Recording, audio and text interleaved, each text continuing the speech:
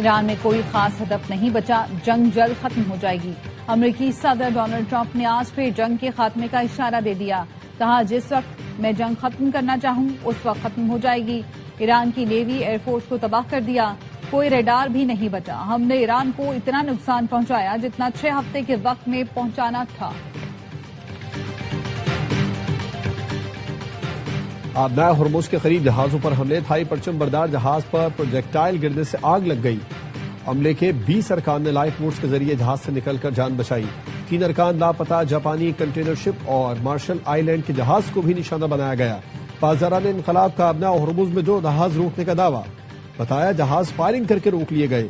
ایک جہاز اسرائیل کی ملکیت، دوسرا لائبیریا کے جھنڈے تلے رجسٹرڈ ہے۔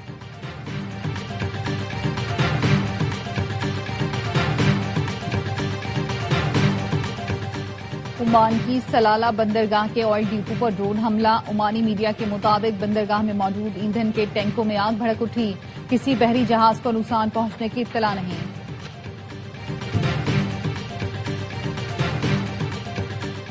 اور ایران کا امریکہ میں فیفا ورلڈ کپ میں شرکت سے انکار۔ ایرانی وزیر کھیل کا کہنا ہے امریکہ نے ہمارے رہنما کو شہید کیا، کسی بھی صورت فیفا ورلڈ کپ میں شرکت نہیں کر سکتے۔ ایران کی ٹیم بیلجیم، مصر اور نیوزی لینڈ کے ساتھ ورلڈ کپ کے گروپ جی میں موجود۔ فیفا ورلڈ کپ 12 جون سے امریکہ، کینیڈا، میکسیکو کی مشترکہ میزبانی میں شیڈول ہے۔ امریکہ اور اسرائیل کے ایران پر بدترین فضائی حملے، تہران سمیت کئی شہر دھماکوں سے گونج اٹھے۔ پاسداران انقلاب کے سید ابراہیم موسویان شہید، اسرائیلی فوج نے مغربی ایران میں حملہ کر کے ایرانی فوجیوں کو شہید کرنے کا دعویٰ بھی کیا۔ رات بھر جنگی طیاروں نے درجنوں بم گرائے، مہرآباد ایئرپورٹ کے قریب بھی دھماکے ہوئے۔ تہران پر حملوں کے دوران بجلی کے نظام کو نقصان پہنچا۔ اصفہان اور کرچ پر بھی حملوں میں شہید ایرانی فوجی کمانڈروں کی نماز جنازہ ادا۔ تہران کے انقلاب اسکوائر میں سوگواروں کی بڑی تعداد جمع، جنازے کے شرکاء نے ایرانی پرچم اور شہید سپریم لیڈر خامنائی سمیت ان کے جانشین مجتبی خامنائی کی تصویریں اٹھا رکھی۔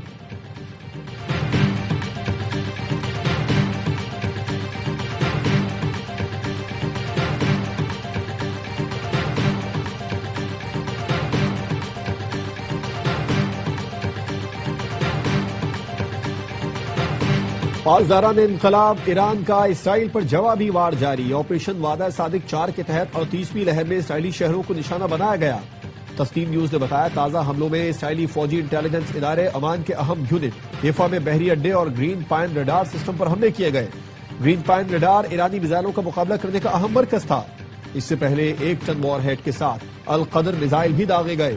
ایک میزائل پر ایپسٹین جزیرے کے متاثرین کی یاد میں عبارت درج تھی۔ تل ابیب کے مرکز پر بھی میزائل داغے گئے۔ بن گوریان ایئرپورٹ پر بھی میزائل داغے گئے۔ ڈرون حملہ بھی کیا گیا۔ میزائل ہوائی اڈے پر گرنے سے افراتفری پھیل گئی۔ اسرائیلی علاقے بیر یعقوب پر خیبر شکن میزائلوں سے حملہ کیا گیا۔ ایرانی حملوں میں 24 گھنٹے کے دوران 29 افراد زخمی ہوئے۔ پاسداران انقلاب نے کویت میں العدیری ہیلی کاپٹر ایئر بیس اور محمد الاحمد نیول بیس کو نشانہ بنایا۔ علی السالم ایئر بیس پر بھی ڈرون اور میزائل داغے۔ عراقی دارالحکومت بغداد میں امریکی سفارت خانے پر بھی ڈرون حملہ۔ سعودی عرب کے آئل فیلڈ پر ڈرون فائر کیے گئے۔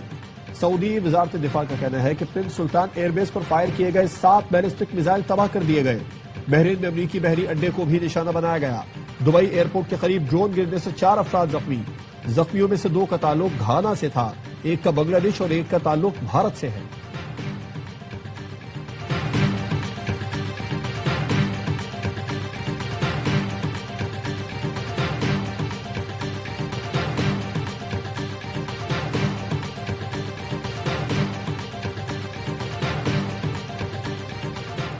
ایران کی امریکی و اسرائیلی حملوں کے جواب میں اقتصادی مراکز اور بینکوں کو نشانہ بنانے کی دھمکی۔ پاسداران انقلاب کا کہنا ہے ایران پر مزید حملے ہوئے تو ایران کے اہداف کا دائرہ بھی وسیع ہوتا جائے گا اور وہ خطے میں امریکی و اسرائیلی اداروں سے متعلق اقتصادی مراکز اور بینکوں کو نشانہ بنا سکتا ہے۔ تسنیم نیوز کا کہنا ہے خطے میں گوگل اور ٹیک کمپنیز جائز اہداف ہو سکتی ہیں۔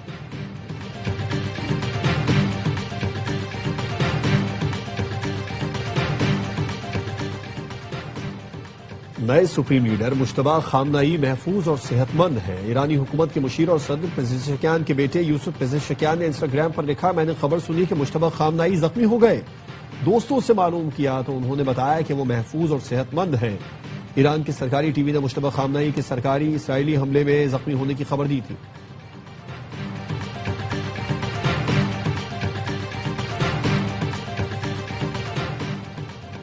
اقوام متحدہ کی سلامتی کونسل کا اجلاس آج ہوگا. عرب ممالک پر ایرانی حملے روکنے کی بحرین کی قرارداد پر ووٹنگ ہوگی.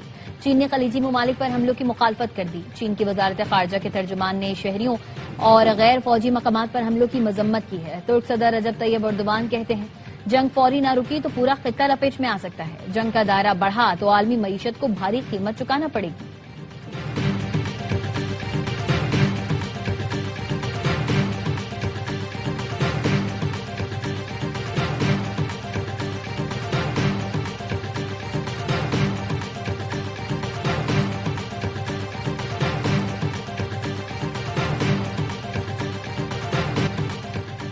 بین الاقوامی منڈی میں خام تیل کی قیمتوں میں کمی کے بعد اضافہ. فی بیرل قیمت $92 سے بڑھ گئی. لندن برنٹ خام تیل 5% اضافے سے $92.22 پر ہو گیا.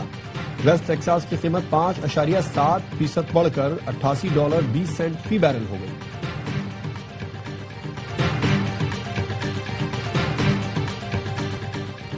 پورٹ قاسم پر پیٹرول سے بھرا تیسرا بحری جہاز تیل لے کر رنگ انداز ہو گیا. 2 دن میں 3 بحری جہازوں سے 1,42,000 میٹرک ٹن پیٹرولیم مصنوعات پاکستان پہنچی. 4 جہاز LPG لے کر پاکستان پہنچ گئے. اوگرا کا بھی LPG کی قیمت میں بلا جواز اضافہ کرنے والوں کے خلاف ایکشن کا اعلان. چیئرمین LPG ایسوسی ایشن عرفان کھوکھر کہتے ہیں ملک میں LPG کی کوئی قلت نہیں. مہنگی LPG فراہم کرنے والی کمپنیز کے خلاف کریک ڈاؤن کیا جائے.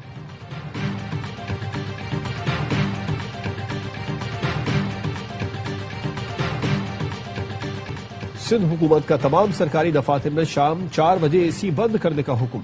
چیف سیکرٹری آفس کی جانب سے تمام سرکاری دفاتر کو مراسلہ جاری. سندھ حکومت کا فیصلہ ملک میں جاری توانائی بحران کے پیش نظر کیا گیا.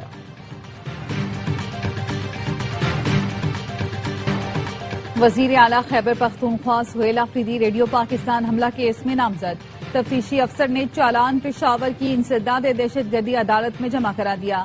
تیمور جھگڑا، کامران بنگش، عرفان سلیم اور عامر چمکنی کو بھی نامزد کر دیا گیا. تفتیشی افسر نے کہا پولیس نے پنجاب فورنسک لیب اور نادرا رپورٹ کی بنیاد پر ملزمان کو نامزد کیا. چالان ریکارڈ کے لیے جمع کر رہا ہوں لیکن پروسیکیوٹر مجھ سے نہیں لے رہا.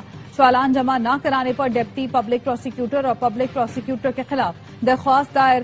عدالت نے اسپیشل پبلک پروسیکیوٹر کو طلب کر لیا.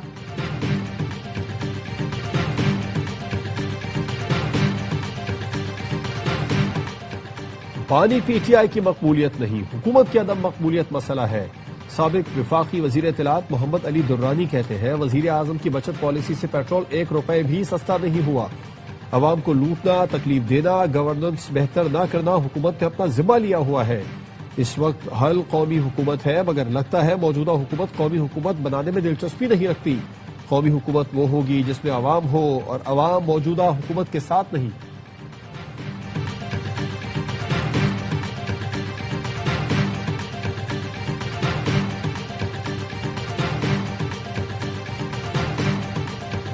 وزیر اعلیٰ پنجاب مریم نواز نے ناجائز اسلحے کے خاتمے کی ذمہ داری CTD کو سونپ دی. عید الفطر کے بعد اسلحہ کلچر کے خاتمے کے لیے بھرپور مہم چلانے کی ہدایت. وزیر اعلیٰ پنجاب نے غیر قانونی اسلحہ ایکٹ 2026 کی منظوری دے دی. ایکٹ کے نفاذ کے بعد ناجائز اسلحہ CCD کو جمع کرانا ہوگا. مقررہ مدت میں ناجائز اسلحہ جمع نہ کرانے پر سخت سزائیں تجویز کی گئی ہیں.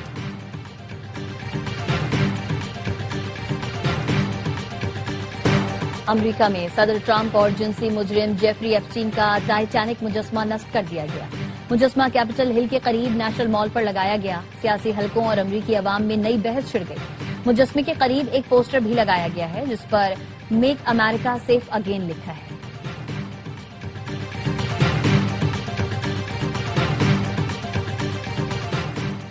یوم علی پر ملک بھر میں سیکیورٹی کے سخت انتظامات. جلوسوں کی نگرانی کے لیے پولیس کا کڑا پہرا. کراچی میں یوم علی کا مرکزی جلوس نیشنل پارک سے برآمد ہوا. پنجاب میں 30,000 سے زائد پولیس جوان سیکیورٹی پر تعینات. بین الصوبائی سرحدی چوکیوں پر تعینات اہلکاروں کو الرٹ رہنے کی ہدایت.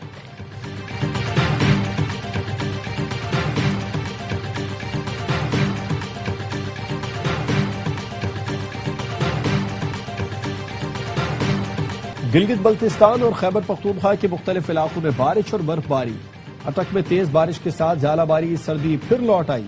مانسہرہ کے پہاڑوں نے برف کی چادر اوڑھ لی. چترال میں بارش اور برف باری سے درجہ حرارت نیچے آ گیا.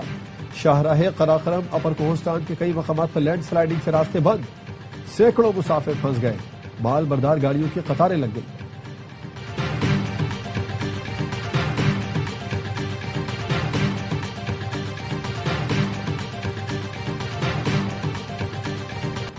چیئرمین پی سی بی سے قومی ہاکی ٹیم کی ملاقات۔ محسن نقوی نے ورلڈ کپ میں کوالیفائی کرنے پر مبارکباد دی اور کھلاڑیوں کو ملازمتیں دینے کا اعلان۔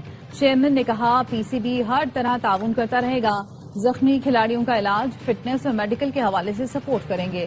کھلاڑیوں نے بھرپور سپورٹ پر محسن نقوی کا شکریہ ادا کیا۔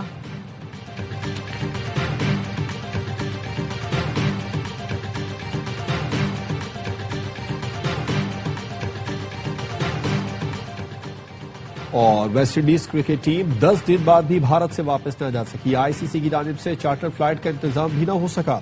آئی سی سی کا کہنا ہے ویسٹ انڈیز اور جنوبی افریقہ کے کھلاڑی آج سے وطن واپس لوٹنا شروع ہوں گے۔ کیریبین کھلاڑی کمرشل فلائٹ سے وطن واپس جائیں گے۔ ویسٹ انڈین ٹیم 1 مارچ، جنوبی افریقی ٹیم 4 مارچ کو ورلڈ کپ سے باہر ہوئی تھی۔